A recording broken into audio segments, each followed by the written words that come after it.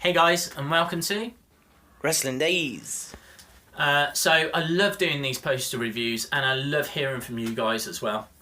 That's why this is already my favourite poster review that I'm going to do. A massive thank you to Jim Gore for recommending that I look at this, because this isn't a poster that I was going to be looking at, but the more I have looked at it, gone back and revisited the whole Survivor Series event of 2001, I can see now just how awful this poster actually is, and how worthy it is of having a review.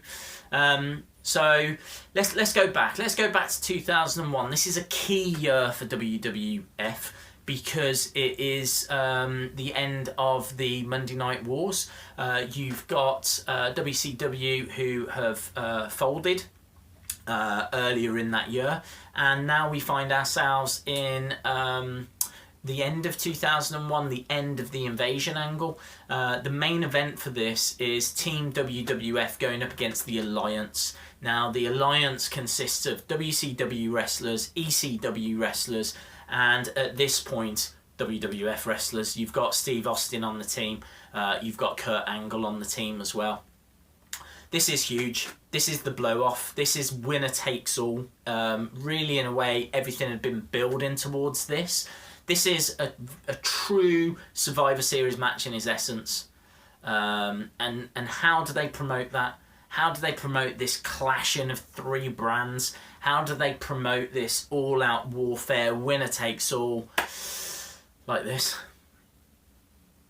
Now, there's a few things to note, first of all, before we move on. This is the last Survivor Series that's going to have the WWF initials. It switches to WWE in 2002. There's 8 matches on the card, including, as we've already said, that massive main event, Team WWF going up against the Alliance. First off, with the poster, you would think that if nothing else, these two girls, Lita, Tori Wilson, are in a feud. You would think that they are going to go to war with each other. You know, the one's got the camo top, the other's got the camo skirt.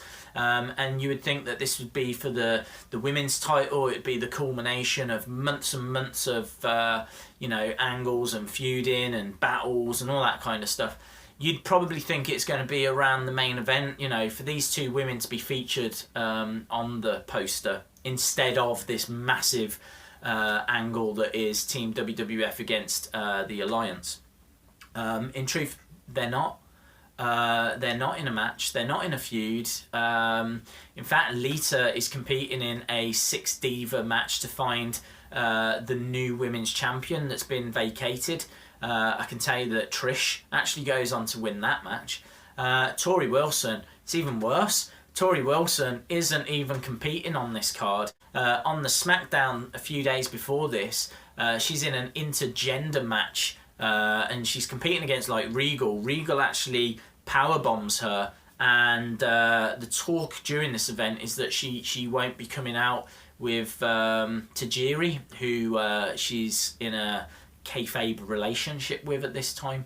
Tajiri comes out for his match against Regal. Regal picks up the victory. Tori Wilson does come out at the end, but Regal just powerbombs her again and then walks away. Why you would choose this woman to be on your poster, to be, one of the images that you see, is baffling. Why you would put these two women together on the poster is baffling. Certainly when there are much more relevant superstars that could have taken their place, even if they'd just featured the 6 women that were in the Divas 6-pack battle for the vacant Divas title, that would have made a lot more sense than just these two girls. I always like to judge a poster by if you take all the writing away and you just have the poster on the wall, would that be something that you'd be happy to have? Sex sells. This is a very visually pleasing poster that is aimed at a certain demographic. They know what their target market is at this point, and they're going after that young male, late teens, 20s, maybe early 30s kind of demographic. Yeah, for that purpose, I suppose it works. I'd be cool with having this poster on my wall. I've got big respect for Lita. I think Tori Wilson's a great looking girl. But does it sell me on a pay-per-view? You know, does it sell me on the culmination of what was the invasion angle? No, absolutely not. It's horrific. It's absolutely horrific. As I said, you know, massive shout to Jim for pointing this out to me, because it's not until I've gone back and revisited that I remembered exactly what this poster is meant to be advertising.